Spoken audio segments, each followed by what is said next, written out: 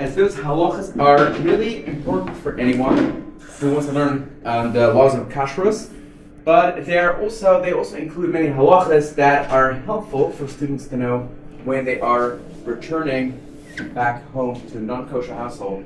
So last lesson I didn't go through this introduction, but I'd like to go through it anyway because I believe it's really helpful to know. I'm going to read through it a little bit. That was written by one of my dear students here, and he writes down his own experiences, and it may sound familiar to some of you.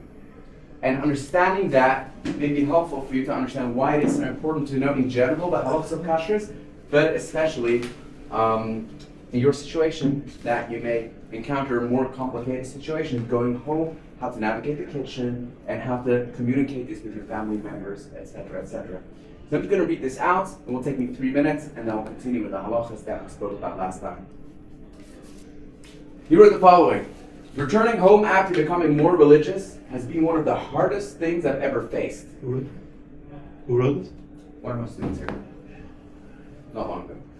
I couldn't eat my mother's food the way I used to, and going out for family dinners suddenly became complicated. Shabbos, which had become so beautiful to me, now made me feel like I stood out for all the strange things that I did. Every small detail seemed to make me look more extreme in their eyes. I found myself doing things that felt awkward, eating off different plates, bringing food from places my family had never heard of, or buying an extra challah just for like a mission. You know, we need 2 loaves of bread for Shabbos, and my family just wouldn't understand why. These things often triggered confused looks or comments, and I had to brace myself for that discomfort. Kashrut in particular was overwhelming. I felt like everything I did in the kitchen needed explaining or adjusting. Sometimes I wasn't even sure what to do myself. Even figuring out what I could eat at home or where to eat out was a challenge, especially without guidance or local knowledge. Asking my parents to buy separate cutlery or dishes wasn't easy. I worried how it would come across. Emotionally, it was very, very difficult. I had changed, not them.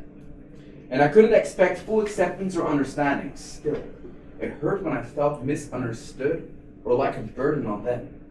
Even when they tried, there was often still tension or awkwardness. But I began to realize something. The more I learned the actual halachos of kashrut, not just the stringencies, but also where one can be lenient when they can. Because that's what the knowledge of halacha can help us with. Not just to know when we have to be stringent, but to know halacha and understand it so we can be lenient when we need to be. In that case, he says, the more confident and clear I became. Instead of blindly saying, I can't eat that, I could explain the reasoning in a respectful and calm way. It did not remove all the discomfort, but it changed the tone. My family began to see that I wasn't just following rules robotically, I was living a meaningful and thoughtful life. That knowledge gave me confidence. I was able to make thoughtful decisions, avoid unnecessary strictness that created friction, and be consistent in a way that earned respect. Over time, I even saw how I could create a Kiddush Hashem. My calm, informed approach made my family more curious, more accepting, and sometimes even proud. When they saw that I wasn't judging them, but simply doing my best to live with integrity, the entire dynamic began to shift. There were still awkward moments, like when I had to immerse, in a spiritual bath, all my new dishes. But even that turned into something special. My whole family ended up joining me on the trip to the mikveh. We laughed, asked questions, and it became a shared experience rather than something that set me apart. Now, that's not going to happen in each family, but this is his personal experience. Of course, not everything goes to plan. Even with all the preparation, unexpected situations come up. But I've learned that staying calm, putting on a smile, and approaching everything with kindness is really what Hashem wants for me. And when I do that, this whole experience, challenging as it is, becomes a powerful opportunity for growth, connection, and most importantly, sanctifying Hashem's name. So that's written by someone who left a couple of months ago, who'd been here for a few years. These are his experiences. Some parts of this may sound familiar to some of you, but that's very important. And the idea of this introduction is to tell you guys that understanding why we do halachos is important to anyone, okay? It doesn't have to do with whether you come or do not come from an observant or non-observant background, because understanding why we do halachos rather than just robotically following rules makes our life more meaningful. In fact, the word halacha comes from the word halicha, which means to go. It's the way we go. Halachos are not like the book of laws that we have.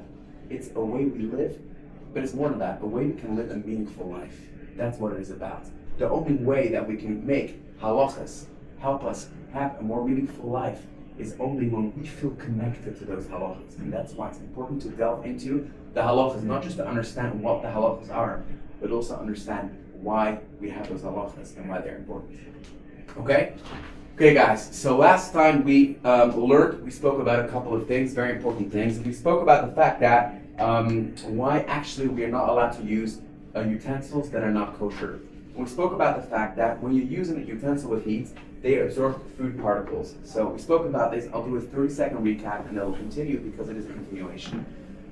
If you use an item for hot with heat, so the utensils absorb them, and therefore when you put your kosher food in there, it gets expelled into the food again. Therefore, we spoke out. Since the only concern is that those food particles get expelled in your food when used with heat, so therefore, in theory, you can use one of those, any non-kosher utensil for cold use. And that's really makes things a lot easier, because if you're in a non-kosher environment, let it be a hotel, an Airbnb, or maybe you're actually your own home, then you can know that you can use utensils and take them and use them for cold, even if they were regarding also trafe, like pig and everything. It was a spoon used to eat hot fried pig the night before. Okay? Mamash, chazer, okay? And that utensil you want to use in the morning to eat your cereal. That's fine. Obviously, provided that the spoon is entirely clean. There is no residue left. So we're talking about someone who cleaned it properly, cleaned it in a dishwasher, it's being cleaned properly, either by hand or by machine, whatever it is, but it's cleaned properly. And the reason is simple, because when you use it for cold, so however many non-kosher food particles may be in that spoon, but they don't come out as long as you don't apply heat. So therefore, any non-kosher utensil for cold use is fine. There is one restriction, and that is that we shouldn't be using those utensils on a permanent basis. For a simple reason, we are concerned that you may end up using those utensils permanently, and then you may end up using them for heat. Are there any other stringencies that some you would say groups in Judaism do, let's say some Hasidim would do that at all, or maybe they would feel uncomfortable. Halachically, there's no reason to be stringent over here. But again, it's occasional use. So therefore, based on the stringency, I'm saying that occasional use is permitted, because we have no concern that you're going to be ending up using them for heat. But if you are going to use them the whole time, there is a very simple concern. It's a slippery slope, guys. Come on.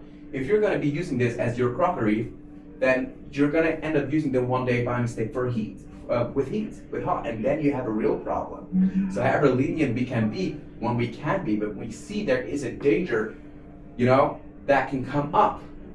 So then we say, okay, we got to have some boundaries in place. And that's exactly what's happening. And therefore, the boundary we have in place is for occasional use is okay. What is considered occasional use? If you are temporarily staying somewhere in Airbnb for a couple of days, you're staying in a hotel for a couple of days, that's occasional use. If you're staying in your own family's home that may be not kosher, so if you're staying there for a short period of time, you're just there for a couple of weeks or whatever it is, go ahead. That's called occasional use. But if you're saying, okay, I'm finished yeshiva now, I'm going back to my parents' home, which is not kosher, and you're kind of staying there permanently, so then to every day use those utensils, that will be a problem. And it makes sense according to what we just spoke out, because that would cause a problem. It will cause a problem because you'll end up using them for heat. We always eat, and very often when we go in the kitchen, we're just hungry, a little bit spaced out, you're just putting your hot food in there, and that's it. You've got a problem. There are places that wouldn't even, where I come from, you wouldn't even do it even occasional use? Even occasionally. It's fine. There's really no I mean, I know you're saying it's fine, but in the really from places they would just not eat anything that has to do with a pot or anything. With a pot? What? They just wouldn't eat anything that would have to go into a non-kosher thing. But even if it's completely cold? Yeah. For occasional use? Okay. Well. No, I mean, just because people do something doesn't mean it's right. No, I'm not saying it's right. I'm just saying You may feel uncomfortable, or maybe people have a certain concern that maybe the utensil wasn't cleaned off properly if it's a residue. If there's a residue left, that's a problem. Okay? We have to understand it's a problem. If there's a residue of pork left on your spoon, oil, whatever So how do it you may know be. there's no residue left at all? Like, You can see it if it's clean, or clean it yourself, whatever. Make sure it's clean. Like, so that's the point of being machmer as well, which right, that's the so point of that like. could be, but like in halacha, it's very important. Sometimes there's a fine line, but we have to be confident in halacha. On one hand, to be very I'm not saying sure. it's right or wrong. No, it's good. I want to hear the feedback. I'm What just do you saying in wanna hear? terms of like what people do. Sure. I'm not saying. I'm just saying that it's very important in That's halacha to, on one hand, really know what you're doing and be very strict on what you're doing, or whatever your custom is, you got to be very strict with. But on the other hand, like once you checked it out, you followed halacha. At that point, you don't have to worry about it anymore. At that point, you can just say, okay, I did what I'm supposed to do, and now I can just use it. What about like bowls and plates? Like, is that the same? Like you can. Same thing.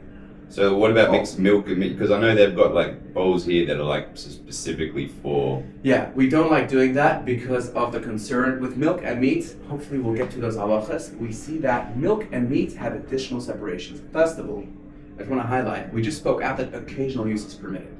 Okay, so if you would here say that use any of the meaty plates, forget yeshiva, just your own house. You have plates for meat and plates for dairy, okay? If you're gonna say I'm gonna use them for cold, vice versa the whole time, that's not called occasional use. And even more so, it's gonna cause so much confusion mixing up all your dishes. So when it comes to meat and milk, we have a huge amount of separations. We'll see that because of the because the confusing factor. Yeah, non-kosher food in a way, we're gonna stay far away from non-kosher food. The problem with meat and milk is we'll still see that we have more boundaries in place, is because meat, as long as it's kosher, we'll eat it. Dairy, as long as it's kosher, we eat it. So it's basically both foods we eat. So therefore, there is so much room for confusion and error, human error in the kitchen, in your house in general. That's why we'll see when we get to those halachas that the rabbis instituted more separations and more boundaries to be able to maintain the halacha that is required. If I'm at my parents' house and I'm having a bowl of cereal, I don't need, because it's occasional use, I'm only visiting. That's fine, even if they use it for chicken soup. Yeah, so it's okay. That's fine. Technically, you're allowed to cook, like a Jew is allowed to cook pork, but he's not allowed to cook milk and meat. That's right. It's prohibited to cook milk and meat together. It's one of the 3 total prohibitions. But if you were working somewhere and you like cook pork, supposedly it's fine. I don't know. To work somewhere and cook milk and meat is prohibited, No. but other things is fine. Yeah, like shrimp and all that. Yeah, stuff. it's fine. It's very interesting. Yeah. Yeah. I guess we'll get there. But anyway, so that's the deal with cups and crockery. I'll have the dishes in a different closet and different designs. Yeah. You know. Well, milk and meat, you mean? Yeah. Yeah, that's very useful. It's actually a halacha that they should be differently. And if you really want to get the same design, you have to mark the dairy ones. That's like. And they also split the cutlery and everything. Everything is split. Everything is split. The easiest way is just to get a different design, so you'll notice. Yeah, or like a color. Like I know red is for dairy and blue is for. But they still get mixed up in every house. Happens the whole time. Specifically the little kids. Like I see suddenly my 4-year-old little tzaddik eating his yogurt with like a meaty spoon. He helped himself with like some little meaty spoon.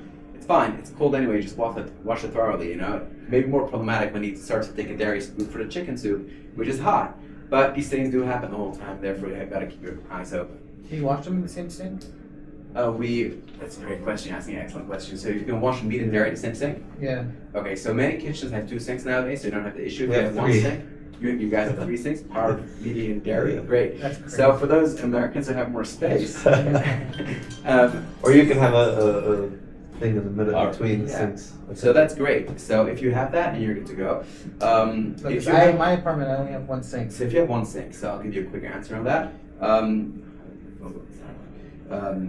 If you have 1 sink only, make sure that all dishes. Do you stack your dishes in the sink when they're dirty? Usually, 1 yeah. sink. Okay, so 1 sink is probably better not to because it will get mixed up dishes. But even No, I if don't it put is, dairy and meat together, but I'll put all the meat ones. okay, great. So make sure to remove all the dishes before you start washing up. Number 1.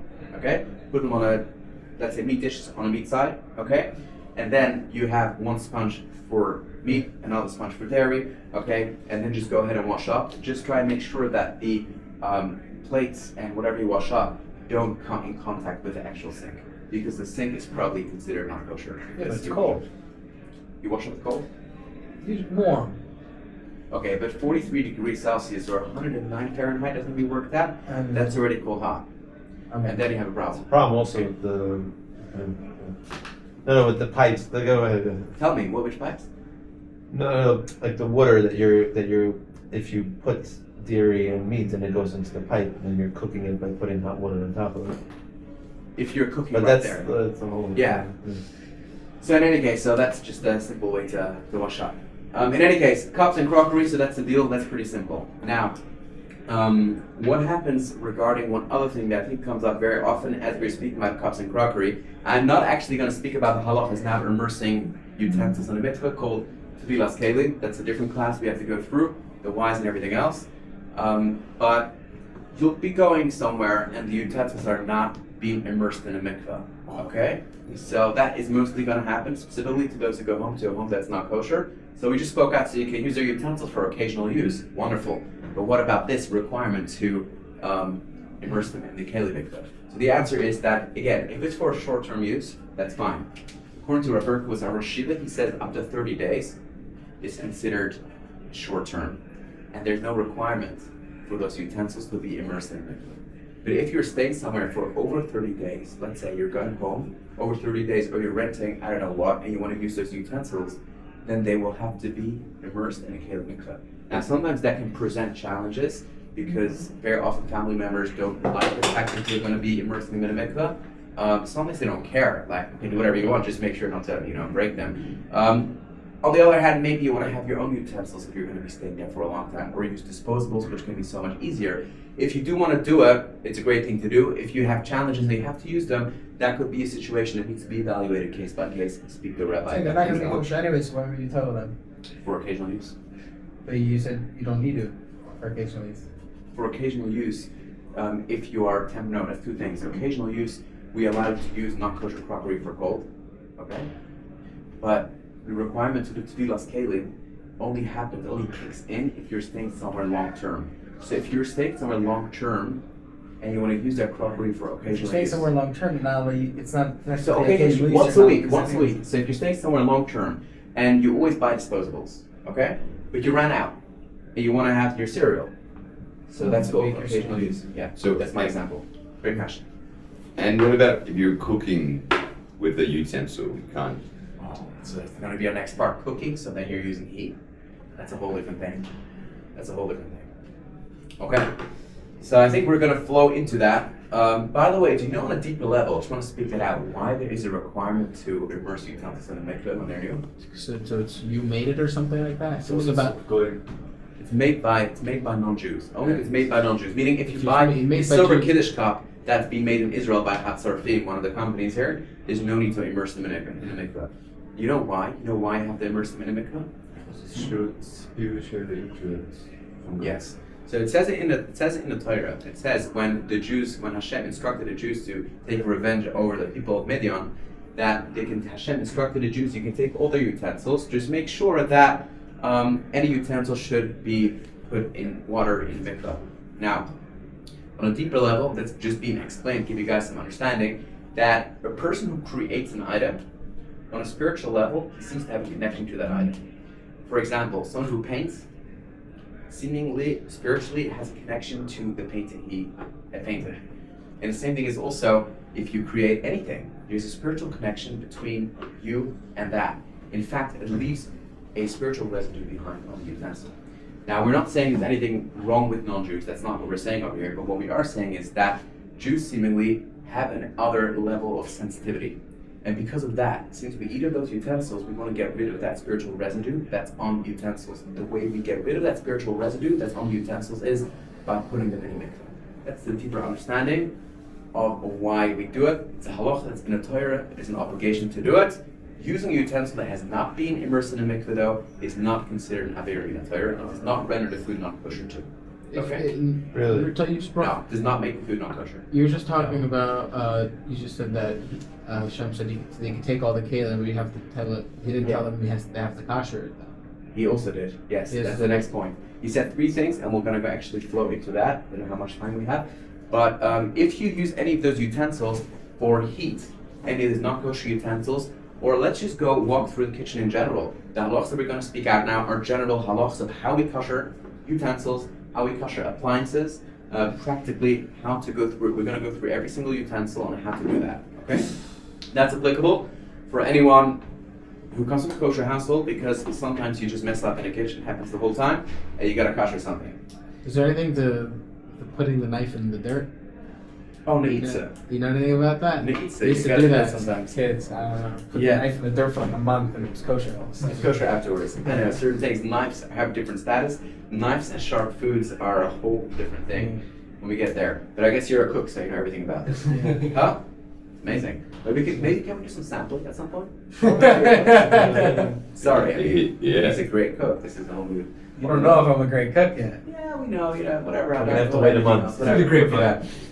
It's good. Anyway, so basically, we need to kosher utensils, and this is also very, very common, of course. If you're in a household that's completely not kosher and you don't have your own utensils, how do you kosher it? So let's go through that. So in that pasuk that you just mentioned, that I just mentioned before, you spoke about where Hashem said to the Jews, "Take revenge of the people of Midian, take their utensils." It says three things in there. I only mentioned one because it was only relevant. Now the rest of the two things are relevant. First of all, take any item, it has to be immersed in a mikveh. The other thing is any utensils that has been used with eish, which is considered fire. Eish is fire. Dry heat should be also koshered with dry heat. Any utensil that's being used with liquid heat should be koshered with liquid heat. And this is the concept of koshering. This is straight from the Torah, exactly how we have to do it. Any utensil that has been used with dry heat, for example, a barbecue grate, that's called dry heat, has to be koshered with dry heat. And we'll have to go through those halachos and the different practical steps how to do that. Any utensil being used with liquid heat, like a pot, anything you cook in a pot, now take a chicken soup, but even a piece of meat, even if there's just a little bit of liquid around it, that's already called liquid heat. Has to be kosher with liquid heat. And therefore, it depends on what utensil is not kosher, on which way of koshering to use. Yeah. Dylan, you had a question? What if it's been used for both? That's a great question. So we're gonna go. I love your questions, guys. Guys, this is great. I'm just picturing when I get back. What's the method of koshering with dry heat? Dry heat, that's called libun. Torch. Yeah, blowtorch. Heat it up. So Are you saying dry heat meaning the fire isn't touching it? dry heat, Or as you opposed just to mean liquid dry? heat. It's not water. Yeah. Pretty interesting. Pizza ovens are always kosher. Right. We used to use it. I can use. Like We wood have in a a pizza pot. oven in our house that gets up to 1,000 degrees. Is this like a brick oven type of thing? So, something like that. But it gets up to 1,000 degrees. So you can cook a pizza. So let the pizza cook, and then Put it on. next morning, put it on for another hour. Then you're good. And then you it's like a put meat in self-clean it. setting. It's And like a you put self-clean meat in it, setting. yeah. Totally. It's a that's called libun chomer. It's also kosher. It also can kosher, like if someone put like pork in it the day before. libun chomer. It's the best type of oven. It's pretty cool. So, but yeah, pizza ovens just get that hot. So That's amazing. It's kosher. Exactly. That's very shaky. Brick I oven. understand. Amazing. If you're cooking something, every pot on the stove has dry heat and liquid heat. Dry heat means that, okay, let's define. You have the a second. dry heat from the fire underneath, and you have It's a great question. liquid heat So far, from the water let's in the middle. define a second what's called dry heat, what's called liquid heat. Mm. Okay, over here, we're going to speak about a rule, and we may have to finish soon so you guys can get on time to Rosh Hashiva, and that's called kebol'o, kach, polto. I'll translate that. Ke is like, bol'o, the same way it gets swallowed up, kach, so too, polto, it gets expelled. That's the rule of thumb when it comes to koshering a utensil. That the same way those food particles that are not kosher get absorbed, the same method they got absorbed, they will also come out. So that is really what koshering is. Koshering utensil is that once a utensil has been used for non-kosher and now has those absorbed non-kosher taste particles, the method of koshering is there too. The goal that is to get rid of those food particles. Now, how do you get rid of those food particles? Very simple. That the same way they got absorbed, they'll get out. Okay? Happens to be that there's two ways of koshering. One is called hagalah. Okay? These are many different halachos. Maybe we'll want to do a kahoot to do a review on this. But one is called hagalah. Hagalah is the method of koshering for liquid heat. And then you have called libun, and that is the method of koshering with dry heat. Now, libun typically is a stronger way of koshering a utensil. It burns. It's a very high temperature. It's about 900 degrees Fahrenheit. That's about what it is. And therefore, in fact, any item can be koshered with that. And therefore, just to answer your question, if you have used an item that was used for liquid heat and dry heat at the same time, use the way of koshering for dry heat, and that will then also get rid of any food particles that got absorbed when you use it for liquid heat. So it only talks about liquid heat for some things that are a little bit more sensitive to that high heat. Yeah, or utensils that. And why would it bring liquid heat at all into the equation if you could just use dry Okay. heat? Because it's very complicated. It's not practical to use a blowtorch.